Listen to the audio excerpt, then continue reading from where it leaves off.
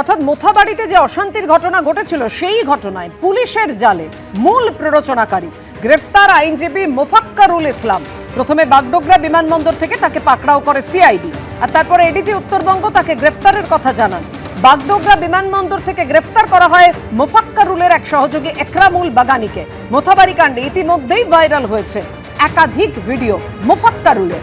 কালিয়াচক 2 নম্বর BDO অফিসে অশান্তির সময় গাড়ির মাথায় উঠে বক্তৃতা দিতে দেখা গেছে মোফাক্কারুলকে। পুলিশের দাবি এই মোফাক্কারুলই ঘটনার মূল প্ররোচনাকারী। পুলিশ জানিয়েছে কালিয়াচক 2 নম্বর বিডিও অফিসের সামনে উস্কানিমূলক ভাষণ দিয়েছিলেন মোফাক্কারুল, আর সেই সময় তার সঙ্গে ছিলেন বাগডোগরা বিমানবন্দরে ধৃত সহযোগী একরামুলও।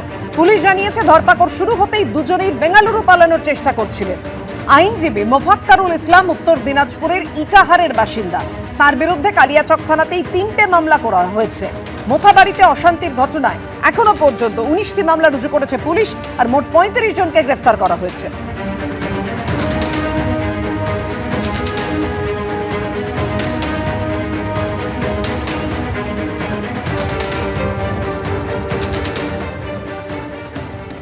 কলকাতায় এলেন এনআইএর আইজি সোনিয়া সিং। মালদায় রওনা দিয়েছেন ডিআইজি সহ 24 জনের এই টিম। কলকাতায় থেকে এই টিমের কাজ তদারকি করবেন সোনিয়া। মোথাবাড়ি কাণ্ডে আক্রান্ত জুডিশিয়াল অফিসারদের সঙ্গে কথা বলবেন আইজি।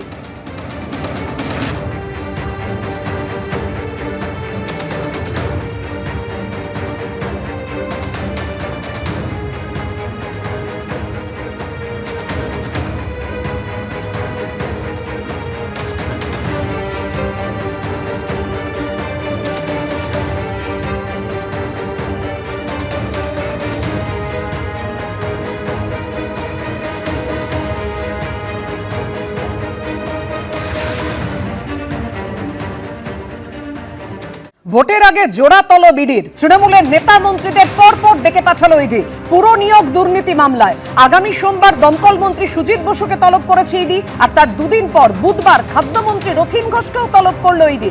আরো বিস্তারিত জানবো, আমাদের সঙ্গে রয়েছেন আমাদের প্রতিনিধি প্রকাশ সিনহা। প্রকাশ, দেখো, ইডি সূত্রের খবর দুজনকেই তলব করা হয়েছে আগামী সপ্তাহে সোমবার এবং বুধবার। তুমি জানো, পুরো নিয়োগ দুর্নীতি মামলায় একাধিকবার তারা তল্লাশি অভিযান চালিয়েছে সুজিত বসুর বাড়িতে, সুজিত বসুর রেস্তোরাঁয়, ছেলের যে পাব রয়েছে সেখানে তারা গিয়ে তল্লাশি অভিযান চালিয়েছে। এবং এর আগে সুজিত বসুর স্ত্রী, ছেলে, মেয়ে সবাইকে কিন্তু জিজ্ঞাসাবাদ করা হয়েছে।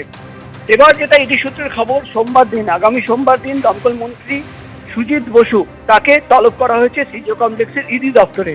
এবং ঠিক তার দুদিন পর আগামী বুধবার খাদ্যমন্ত্রী রথীন ঘোষ তাকেও কিন্তু একই মামলায় তলব করা হয়েছে। অর্থাৎ যেটা ইডি সূত্রের খবর, আগামী সপ্তাহে সোমবার এবং বুধবার জোড়া তলব দুজন মন্ত্রী সুজিত বসু এবং রথীন ঘোষ দুজনকেই তলব করেছে ইডি। তাদের দুজনকেই জিজ্ঞাসাবাদ করতে চান ইডি আধিকারিকরা। পুরো নিয়োগ দুর্নীতি মামলা যেটা ইডি সূত্রের খবর, তুমি জানো এর আগে সিবিআই তরফে একাধিক চার্জশিট জমা পড়েছে। ইডি আধিকারিকরা একাধিকবার গিয়ে তল্লাশি অভিযান চালিয়েছেন, এমনকি রথীন ঘোষের বাড়িতে তল্লাশি অভিযান চালানো হয়েছে, সুজিত ঘোষের বাড়ি এবং একাধিক ঠিকানায় তল্লাশি অভিযান চালানো হয়েছে। এবং প্রাথমিকভাবে যেটা ইডি তরফে দাবি করা হচ্ছিল যে টাকার লেনদেন এবং কিভাবে টাকা মানি লন্ডারিং করা হয়েছে পুরো নিয়োগ দুর্নীতির মামলায়, সেই তথ্য সামনে রেখেই কিন্তু তারা তদন্ত চালাচ্ছে এবং এই সমস্ত তল্লাশি অভিযান। কিন্তু ভোটের ঠিক আগে আমরা দেখতে পাচ্ছি রাজ্যের দুই মন্ত্রী, একদিকে দমকল মন্ত্রী সুজিত বসু, অন্যদিকে খাদ্যমন্ত্রী রথীন ঘোষ, দুজনকেই কিন্তু তলব করা হলো। ইডি সূত্রের খবর, আগামী সোমবার দমকল মন্ত্রী সুজিত বসুকে সকাল 11টা নাগাদ সিজিও কমপ্লেক্সের ইডি দপ্তরে, এবং আগামী বুধবার খাদ্যমন্ত্রী রথীন ঘোষকে একই জায়গায় অর্থাৎ ইডি দপ্তরে তলব করা হয়েছে। তাদের কাছ থেকে মূলত ইডি আধিকারিকরা যেটা জানতে চান, যেটা ইডি সূত্রের খবর, যে পুরো নিয়োগ দুর্নীতি মামলার তদন্ত করতে গিয়ে তোমার মনে থাকবে অয়নশীল যাকে কিন্তু কাজ দেওয়া হতো, একাধিক পুরসভার যে নিয়োগ হতো তার পরীক্ষা এবং ওএমআর শিট এভলিউশন ওর কোম্পানি করতো এবিএস ইনফুজেন। এবং অয়নশীলের কাছ থেকে জিজ্ঞাসাবাদ করে অয়নশীলকে প্রথমের দিকে যেটা ইডির তরফে দাবি করা হচ্ছিল যে একাধিক কোড ওয়ার্ডের নাম তারা পেয়েছিলেন এবং সেখানেই কিন্তু একাধিক নাম পাওয়া যায়।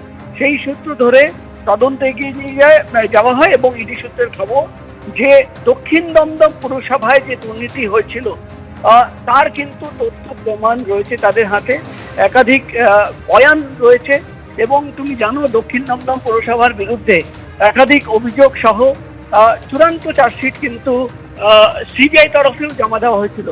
এবং এবার কিন্তু একই পুরসভায় অর্থাৎ দক্ষিণ দমদম পুরসভায় কিভাবে দুর্নীতি হয়েছিল, বেআইনিভাবে চাকরি দেওয়া হয়েছিল, টাকার লেনদেন হয়েছিল কিনা, এই সমস্ত তথ্য জানার জন্যই কিন্তু, যেটা ইডি সূত্রের খবর, এবার কিন্তু সুজিত বসুকে তলব করা হয়েছে, রথীন ঘোষকে তলব করা হয়েছে।